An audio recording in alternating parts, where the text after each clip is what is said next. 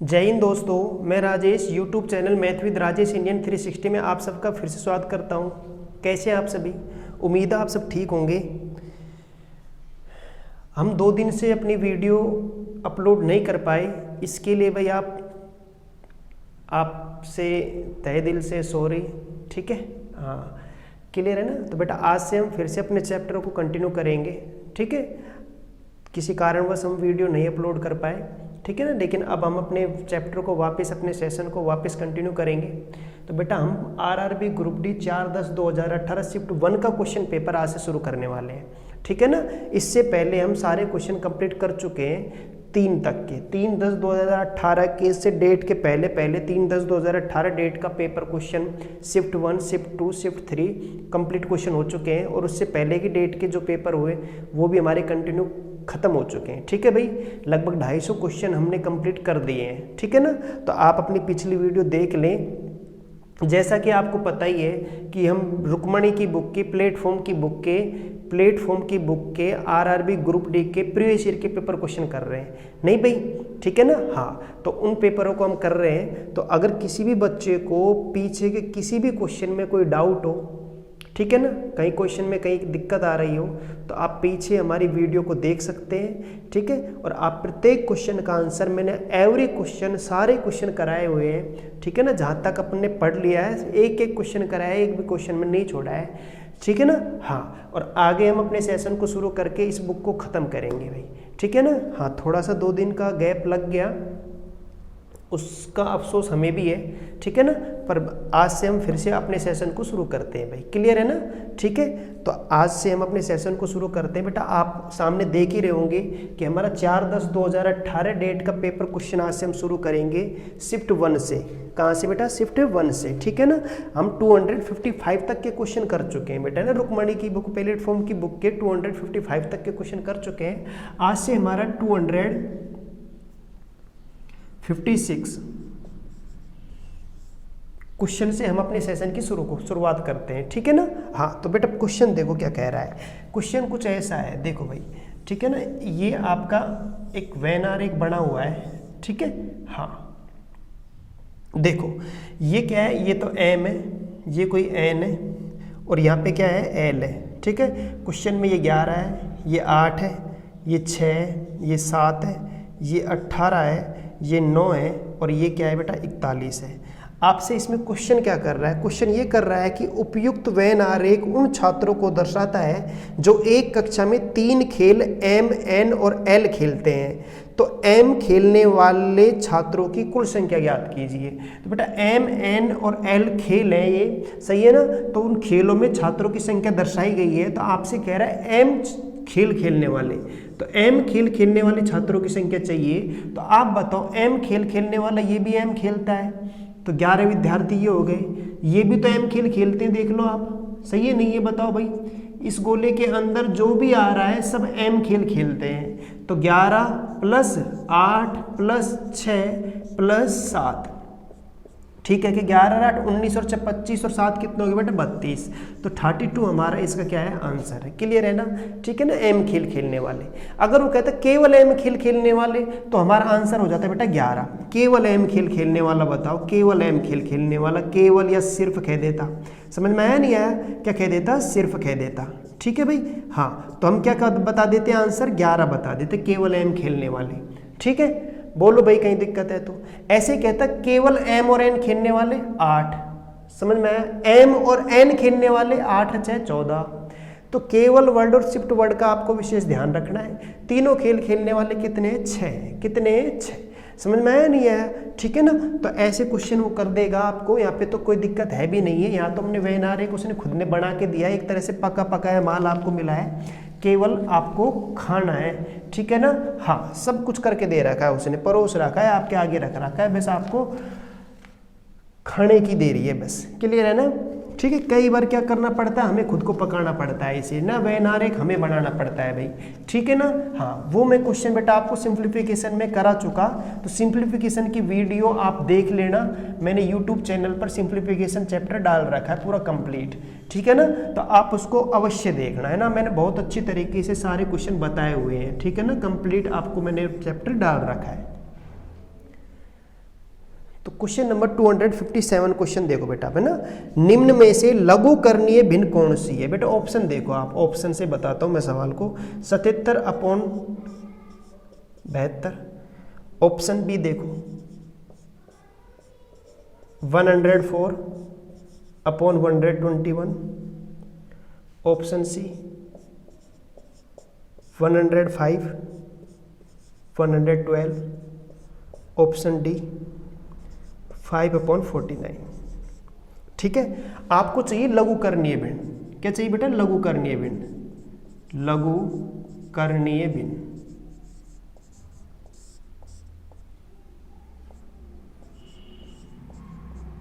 अभी लघु करणीय भिन्न क्या होती है बेटा? लघु करणीय भिन्न का मतलब ये है कि ऐसी संख्या ढूंढनी है आपको जो सिंप्लीफिकेशन हो रही हो। क्या हो रही हो? सिंप्लीफिकेशन, यानी इसको लघु करणीय करना है आपको। समझ में आया नहीं आया? ठीक है, तो बेटा 77 है, किसी भी नंबर से नहीं कट रहा, दोनों संख्या कटनी चाहिए, तो ये लघु करणीय भिन्न नहीं है। 104 121 किसी भी नंबर से नहीं कट रहा, ये भी लघु करणीय भिन्न नहीं है। 105 और 112 बेटा 7 से सिंप्लीफिकेशन हो जाएगा, देख लो आप। 7 एकम 7, 7 पंजे 35, 7 एकम 8 7, 7 छिकी 42। अब कट रहा है क्या? अब नहीं कट रहा, तो बेटा यही सिंप्लीफिकेशन हो रहा है, ये इसी का लघुकरणीय हो रहा है, इसका ही लघुकरणीय हो रहा है, तो लघुकरणीय भिन्न यहाँ पे सी ऑप्शन है। डी ऑप्शन भी किसी से नहीं कटेगा। क्लियर है ना? तो आंसर क्या है इसका? करेक्ट आंसर बेटा ऑप्शन नंबर सी। कोई दिक्कत किसी को? तो ये होता है लघुकरणीय भिन्न। लघुकरणीय भिन्न का मतलब है जो सिंप्लीफिकेशन हो, सही है ना, जिसमें भाग जाए। ठीक है भाई, कर लोगे ना, कोई दिक्कत नहीं है। अब नेक्स्ट क्वेश्चन देखो 258 क्वेश्चन क्या कहता है भाई? कह रहा है 33 से पूरी तरह से विभाजित करने के लिए 1051 में जोड़े जाने वाली सबसे छोटी संख्या क्या है? तो देखो 1051 है, सही है ना, सही है। इसमें क्या जोड़ें कि उसमें 33 का क्या चला जाए? भाग चला जाए। 33 का क्या चला जाए? भाग। ठीक है, अभी फिलहाल इसमें 33 का पूरा भाग नहीं जाएगा। वो चाहता है कि 33 का अगर मैं भाग इसमें दूं तो पूरा कंप्लीट भाग जाए, सही है ना। तो अगर कंप्लीट भाग जाए तो इसमें कम से कम क्या जोड़ा जाए कि उसमें 33 का पूरा भाग चला जाए। भाग दे के देखते हैं भाई। बेटा 33 थी, कितना हो जाता है? 99 हो जाता है। किसी को प्रॉब्लम है क्या? 15 में से 9 गया, 6 बचा, 6 तो बचेगा बस। ठीक है, 1 उतार लो। 33 से कम 33, बोलो भाई, सही है ना। 11 में से 3 गया, कितना बचा? 8, 5 में से 3 2, 28 आ गया बेटा। कितना आ गया? 28, 28 आ गया। आगे कोई नंबर है नहीं उतारने को, तो ये रिमाइंडर बच गया हमारा, शेषफल बच गया। तो देखो बेटा, अगर वो घटाने की कहता तो मैं 28 घटाता। क्या घटाता? 28। लेकिन वो बात कर रहा है जोड़ने की। तो देखो मुझे 33 का भाग देना है, किसमें? 28 में। तो 28 में भाग नहीं जाएगा, तो अगर ये 28 की जगह 33 होता, अगर ये 33 होता तो 33 का भाग जाता है? नहीं जाता। तो कितने की जरूरत हो रही है यहाँ पे? 5 की जरूरत है। 28 और 5 कितना हो जाएगा? 33, और 33 का भाग इसमें चला जाएगा। तो कुल मिला के मैं ये कह रहा हूँ कि बेटा आपको ये डिफरेंस देखना है। तो डिफरेंस कितने का आ रहा है? 5 का आ रहा है। यही हमारा आंसर है। समझ में आया ना? तो 1051 में 5 जोड़ दो, सही है ना। 1051 में कितना जोड़ दो बेटा? 5 जोड़ दो, तो वो संख्या पूरी विभाजित हो जाएगी किससे? 33 से। और अगर घटाने की कहता तो मैं क्या घटा देता? 28, क्योंकि घटाने की कहता तो शेषफल 0 बचाना था। तो शेषफल 0 बचाने के लिए 28 माइनस कर देते 1051 में से। ठीक है, तो हमारा आंसर 28 हो जाता। क्लियर है क्या? समझ में आया ना बेटा? ठीक है, ओके। नेक्स्ट क्वेश्चन देखें। नेक्स्ट क्वेश्चन देखो, ठीक है ना। तो 5 इसका आंसर हो जाएगा। क्या हो जाएगा बेटा? 5 क्वेश्चन। क्वेश्चन नंबर 259 देखो ये क्या कह रहा है। अच्छा, इस क्वेश्चन को देखना बेटा, ये कह रहा है यदि x + y = 3, xy = 2 है तो x³ - y³ का मान ज्ञात कीजिए। x³ - y³ का मान ज्ञात कीजिए। ठीक है। अब बेटा अगर ऐसा क्वेश्चन कहीं पे भी हो तो पहली बात तो ये कि अगर इस क्वेश्चन को हम किससे करें, तरीका से करें, तो ये सवाल बहुत बड़ा हो जाएगा। ठीक है ना, सही है नहीं है? हाँ, कैलकुलेटिव सवाल बन जाएगा हमारा। ठीक है, इससे अच्छा है आप इसमें क्या है वैल्यू पुट कर लो कि x + y 3 है। तो आप एक बात बताओ, 3 नहीं बेटे 5 है, ना? कितना है? 5 नहीं, 3 ही है। कितना है बेटा 3 ही है, सही है ना। x प्लस वाई कितना है 3 है, एक्स वाई कितना है 2 है, ठीक है। मतलब अगर मैं x का मान बेटा जैसे मान लो 2 मान लेता हूँ, कितना मान लेता हूँ 2, क्लियर है ना। और y का मान 1 माने, क्या माने 1, तो 2 में 1 जोड़ो बोलो 3 आएगा, नहीं आएगा, आ जाएगा। अगर ये नंबर ये x बराबर 2 और y बराबर 1 रखें, y बराबर 1, तो ये इस इक्वेशन को सेटिस्फाई कर रही है, तो ये इक्वेशन इसको भी कर रही है क्या, तो देख लो आप, इसको भी कर रही है। x बराबर 2 और y बराबर हम क्या रख लेते 1, 2 को 1 से गुणा करें, बोलो 2 आएगा, नहीं आएगा। यानी कि आप जो x का मान 2 और y का मान 1 रख रहे हो बिल्कुल सही है, ठीक है ना। तो ये इक्वेशन जब इसको संतुष्ट कर रही है तो x बराबर 2 और y बराबर 1 इसको भी संतुष्ट करेगी, इसको भी संतुष्ट करेगी। तो x की जगह 2 रख देते हैं, 2 का क्यूब, y की जगह 1 का क्यूब, 2 का क्यूब 8 है, 1 का क्यूब 1 है, 8 में से 1 गया कितना बचा 7, यही हमारा आंसर है। क्लियर है ना। तो कभी भी ऐसा कोई क्वेश्चन आए तो इक्वेशन को सेटिस्फाई करने वाली अगर आपको संख्याएं मिल जाती है तो बहुत अच्छी बात है बेटा, जैसे यहाँ पे हमें प्राप्त हो गई। क्लियर है ना, तो कोई दिक्कत नहीं है, सवाल सिंपल था, तो इसका आंसर हमारा क्या हो जाएगा बेटा 7 हो जाएगा, ठीक है। तो साथ साथ आप करते चलें, पेन कॉपी लेके बैठे, ठीक है ना, सारे क्वेश्चन करते चलें आप साथ साथ हमारे, ठीक है। 260 क्वेश्चन क्या कह रहा है देखते हैं। कह रहा है कौशिक ने 180 रुपये में एक खिलौना खरीदा, मतलब क्रय मूल्य कितना है बेटा 180 रुपये, यानी सीपी कॉस्ट प्राइस कितना है भैया 180 रुपये, ठीक है, खरीद लिया। फिर कह रहा है इसे 202 रुपये 50 पैसे में बेच दिया, ठीक है, यानी विक्रय मूल्य, बेच दिया यानी सेलिंग प्राइस, ठीक है ना। कितने रुपए में बेच दिया 202 रुपये 50 पैसे में से क्या कर दिया बेच दिया। तो आप बताओ 180 रुपये की वस्तु इतने में बेच दी तो बेटा लाभ होगा या हानि होगी, बिल्कुल लाभ होगा। क्या होगा लाभ, कितने रुपए का हो गया 22 रुपये 50 पैसे का। लेकिन हमें लाभ नहीं चाहिए, हमें चाहिए बेटा लाभ परसेंट चाहिए। क्या चाहिए लाभ परसेंट, लाभ नहीं चाहिए ना आपको, क्या चाहिए लाभ प्रतिशत चाहिए, लाभ की दर बतानी है। तो देखो 22.50 का लाभ हुआ है, लाभ हानि किस पर निकलती है क्रय मूल्य पर, तो 180 ये हो गया। परसेंट के लिए 100 से क्या कर देंगे गुणा, तो बेटा 0 से 0, आप इस 0 से काटना चाहो तो 2 0 नीचे आ जाएंगे, तो ये 0 से 1 मिनट ऐसे काट लेते हैं, ठीक है। 2 0 से 1 2 3 0 कैंसिल, 3 0 कैंसिल, ठीक है। तो 225 है, 225 में 18 का भाग दे दो भाई, सही है नहीं है, ठीक है ना। हाँ तो और 3 से काट लो, चाहे 3 6 के 18, 3 7 21 और 3 पंजे 15, ठीक है। अब 6 का 3 से फिर कट जाएगा ना, 3 से कट जाएगा, 6 से 3 से कट जाएगा, 3 दूनी 6, 3 दूनी 6, 3 पंजे 15 और 25 में 2 का भाग दें, 25 का आधा 12.5%, तो 12.5% विल बी करेक्ट आंसर, ठीक है भाई। बोलो कोई दिक्कत है तो, है ना, नॉर्मल क्वेश्चन था, कोई समझने वाली बात है नहीं। आपने 180 में वस्तु खरीदी है और 202.50 पैसे में आपने बेच दी, तो लाभ हो गया 22.50 का आपको, लेकिन लाभ नहीं चाहिए, लाभ पहुंचता तो यही हमारा आंसर था। हमसे लाभ परसेंट निकलवा रहा है, तो 22.50 को आपको परसेंट में चेंज करना है। तो 22.50 किस पर क्रय मूल्य पर निकलता है, परसेंट वैल्यू लाभ हानि, सही है ना। तो 22.50 है, परसेंट के लिए 100 से गुणा कर दिया, कैलकुलेशन करना हम जानते ही है, तो 12.5% इसका क्या हो जाएगा आंसर। क्लियर है भाई, ठीक है। आगे चलें, अगर आपको समझ में नहीं आता है तो वीडियो एक बार आप पीछे करके पुनः देख लें, ठीक है। नेक्स्ट क्वेश्चन देखते हैं 261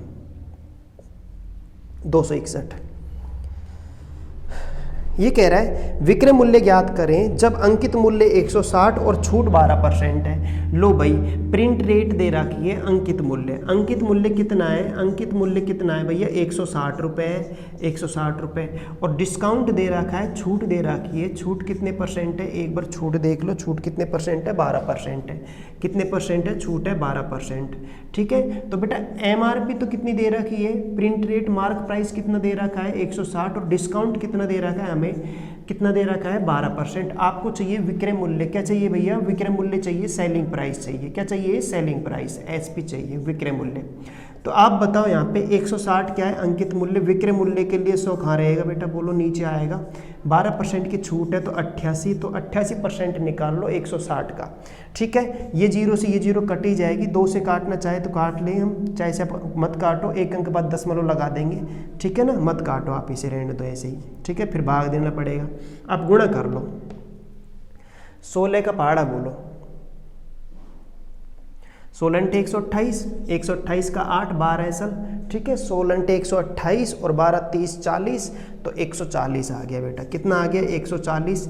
ठीक है, एक अंक बाद दशमलव लगाओगे तो 140.8, सही है ना। तो 140.8 ऑप्शन नंबर ए इसका करेक्ट आंसर है। क्लियर है क्या? बोलो भाई कोई दिक्कत है तो। भाई यहाँ पे 10 आया है ना, 10 आया है तो एक जीरो है तो एक अंक बाद क्या लगा देंगे? दशमलव लगा देंगे। कहीं कोई प्रॉब्लम है तो बोलो, है ना। समझ में आया नहीं आया भाई? बोलो। ठीक है, नेक्स्ट करें। ये हमारा विक्रय मूल्य हो जाएगा बेटा। क्या हो जाएगा? विक्रय मूल्य। ठीक है, नेक्स्ट क्वेश्चन देखते हैं। सिंपल क्वेश्चन था, कहीं कोई प्रॉब्लम नहीं है। Question number 262।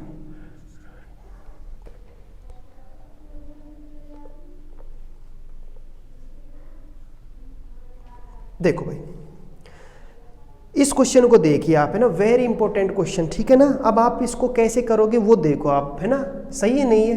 क्वेश्चन क्या कह रहा है? आपसे कह रहा है कि मान ले कि 3 बिंदु ए, बी और सी के निर्देशांक दे रहा है क्या आपको, त्रिभुज ए बी सी का शीर्ष है। ठीक है ना। मतलब बेटा मैं कर रहा हूँ सवाल को, है ना। ठीक है, मैं आपको सवाल बता देता हूँ। डायग्राम हमें बनाना है खुद को। यहाँ पे कह रहा है ए, बी और सी त्रिभुज के 3 शीर्ष हैं। क्या है? 3 शीर्ष हैं जिनके निर्देशांक दे रखा है आपको। इसका निर्देशांक 0,-1 है।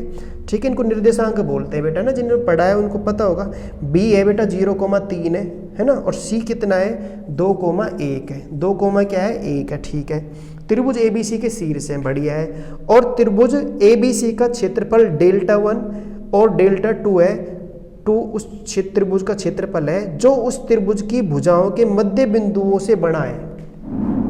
तो बेटा मैं मान लेता हूं इस भुजा का मध्य बिंदु ये है, इस भुजा का मध्य बिंदु ये, इस भुजा का मध्य बिंदु ये।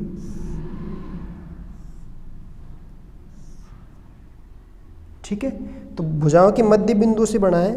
तो देखो आप,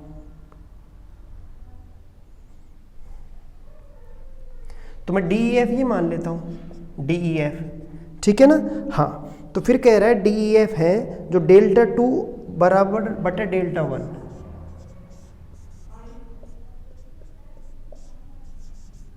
वन अपॉन एक्स दिया है। कितना दिया है? 1/x। तो x का मान निकालना है भैया आपको। किसका मान निकालना है? x का। तो x की वैल्यू निकालनी है आपको। ठीक है, अब देखो आप कैसे करोगे। आप एक बात बताओ, देखना भाई, इसे करने से पहले यहाँ आ जाओ एक बार, साइड में आ जाओ। ठीक है, जैसे ये कोई त्रिभुज है। क्या है? त्रिभुज।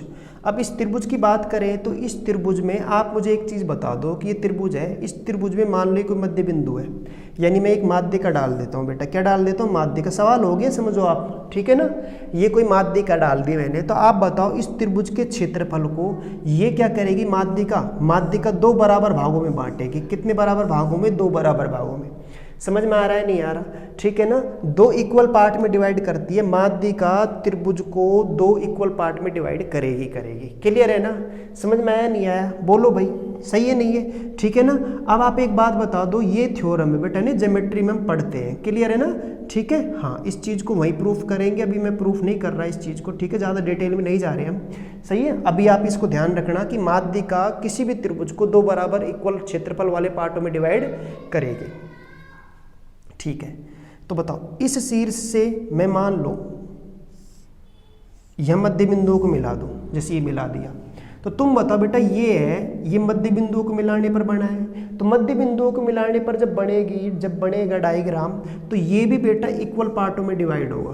किस में डिवाइड होगा? इक्वल पार्टों में, इक्वल क्षेत्रफल वाले पार्टों में डिवाइड होगा। तो यहाँ पे एक तो Δ1 है। क्या है? Δ1। और एक क्या है? Δ2। तो बेटा Δ2 है, Δ2 अपॉन Δ1 ही दे रखा है ना आपको।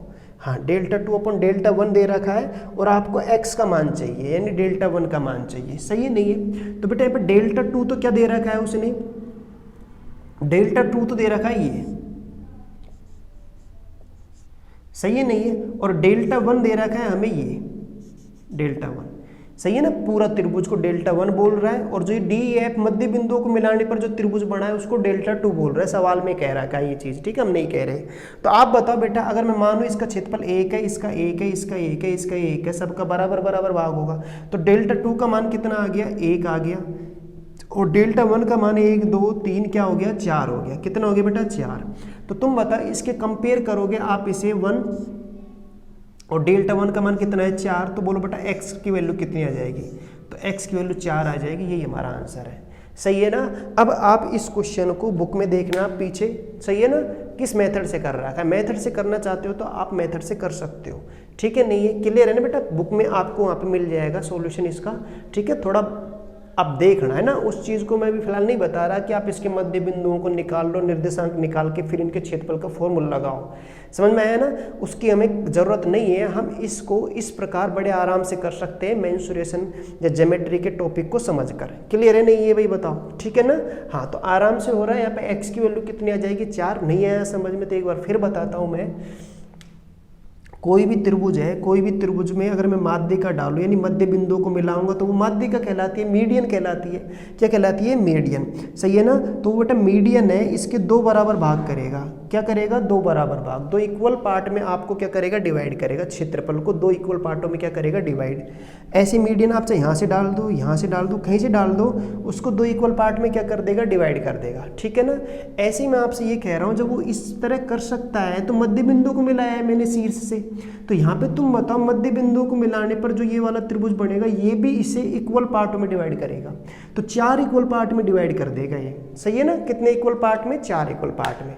तो तुम बताओ इसका मान तो त्रिभुज DEF का क्षेत्रफल तो 1 हो गया, तो इसका 1 2 3 क्या हो जाएगा, 4 हो जाएगा, क्या हो जाएगा, 4। तो डेल्टा 1 का मान x का मान कितना आया, 4 आया, डेल्टा 2 का मान 1 आया। क्लियर है क्या, ठीक है। नेक्स्ट करें, नेक्स्ट देखो,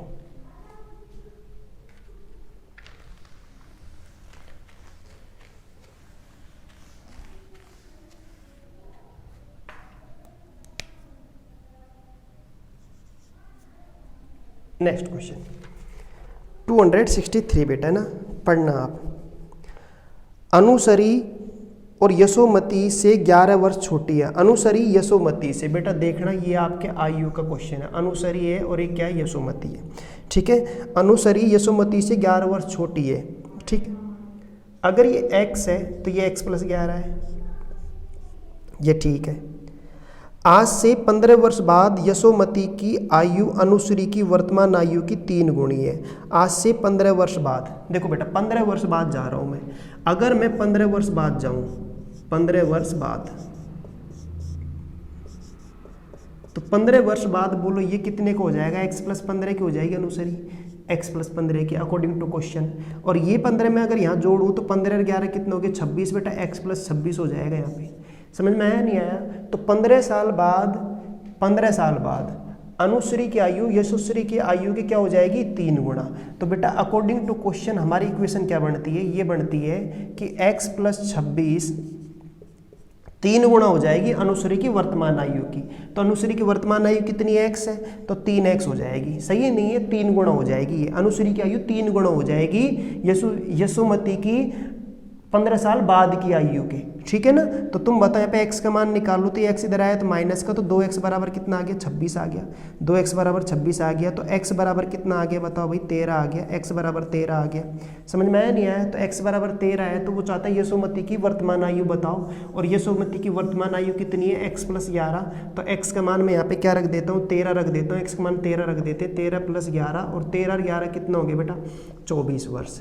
क्या हो गया, 24 वर्ष। तो यह आपकी हो गई भैया यशोमती की वर्तमान आयु, ठीक है, 24 वर्ष। तो यशोमती कितने साल की है, 24 साल की है, ठीक है क्या, बोलो भाई, उतार लो आप एक बार या स्क्रीनशॉट ले लीजिए, ठीक है ना। हाँ, फिर नेक्स्ट क्वेश्चन पर आते हैं हम। नहीं भाई,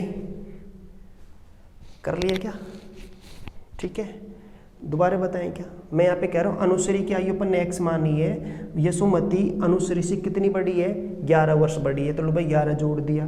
फिर कह रहे 15 वर्ष बाद, तो 15 वर्ष बाद ये x + 15 का, ये x + 26 का, ठीक है ना, 15 साल बाद की बात हो गई। फिर कह रहा है अकॉर्डिंग टू क्वेश्चन 15 साल बाद यशोमती की आयु, अनुश्री की आयु यशोमती की आयु की 3 गुना है। तो 3 गुना है, 3x कर दिया, इसकी आयु के बराबर कर दिया। x का मान 13 आया, यशोमती की वर्तमान आयु पूछ रहा है, यशोमती की वर्तमान आयु x + 11 है, x का मान यहाँ पे रख दिया, तो कितना आ गया, 24 वर्ष, ठीक है।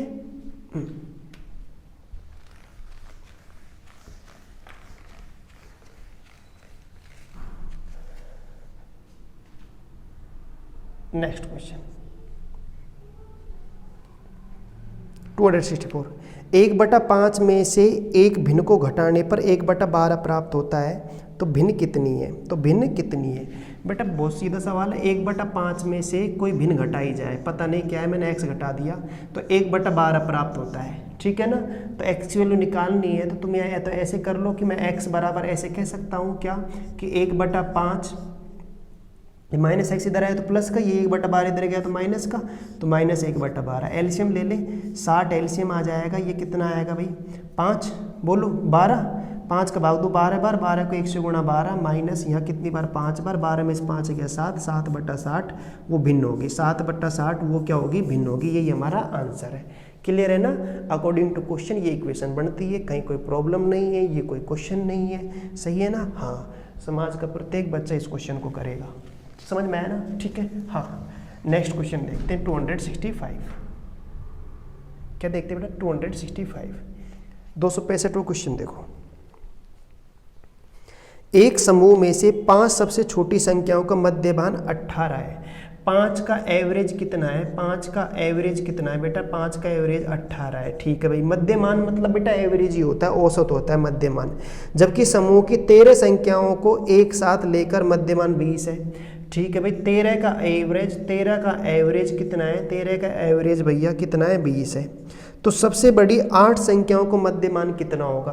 तो आप बताओ ना, 13 में से 5 गया, 8 ही तो बचेगा, सही है। तो आप बताओ, यहाँ पे ये एवरेज है, अगर मैं योग निकालूँ तो 18 पंजे 90 और 13 दूनी 26, 260, सही है ना। तो सभी संख्याओं का 1 से लेकर 13 तक का योग 260 है और 1 से लेकर 5 तक का योग कितना है? 90 है। तो तुम बताओ 5 के बाद 7 संख्याएं, 8 संख्याएं बचेगी, कितनी बचेंगी? 8 संख्या। तो 8 का एवरेज पूछ रहा है तो हो जाएगा।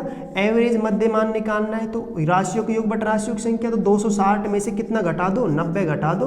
और कितनी संख्याएं? 8। बड़ी वाली संख्याओं का पूछ रहा है तो बड़ी का योग ही आएगा ये, ठीक है ना। तो 260 में से 90 घटा दो, 0।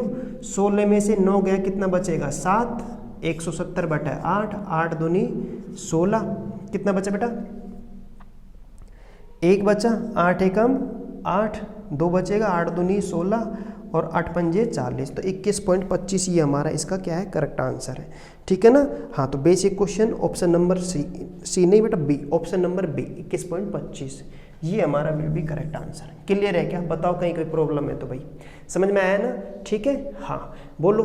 आप इसे बेटा मिश्रण नियम से भी कर सकते थे, एलिगेशन से भी। किससे कर सकते थे? एलिगेशन से भी, ठीक है ना। हाँ, आप एक बार स्क्रीनशॉट ले लो, ठीक है ना। तो ये कोई क्वेश्चन नहीं है, आप ऐसे कर लो, चाहे स्क्रीनशॉट से वैसे कर लो बेटा, आप है ना, चाहे से इसे मिश्रण नियम से भी कर लेना, एलिगेशन से भी हो जाएगा, ठीक है ना। लेकिन एलिगेशन से भी तुम्हें यहाँ पे करना तो कैलकुलेटिव सवाल तो हो ही, कैलकुलेशन तो फिर भी करनी पड़ेगी। तो बाकी नॉर्मल सवाल था तो आप ऐसे कर सकते हो, कोई दिक्कत नहीं है, ठीक है ना। हाँ, तो बताओ बेटा आज का सेशन आपको कैसा लगा? ठीक है नहीं है? हाँ भैया, आज आप बताना है आपको कि हमारा ये सेशन कैसा लगा है आपको, कमेंट्स बॉक्स में एक बार अवश्य लिखना, ठीक है भाई। बाकी बेटा कल करते हैं, ठीक है। Okay bye. अगर आपको वीडियो पसंद आए तो बेटा लाइक शेयर और सब्सक्राइब जरूर कर देना, ठीक है भाई। जय हिंद दोस्तों।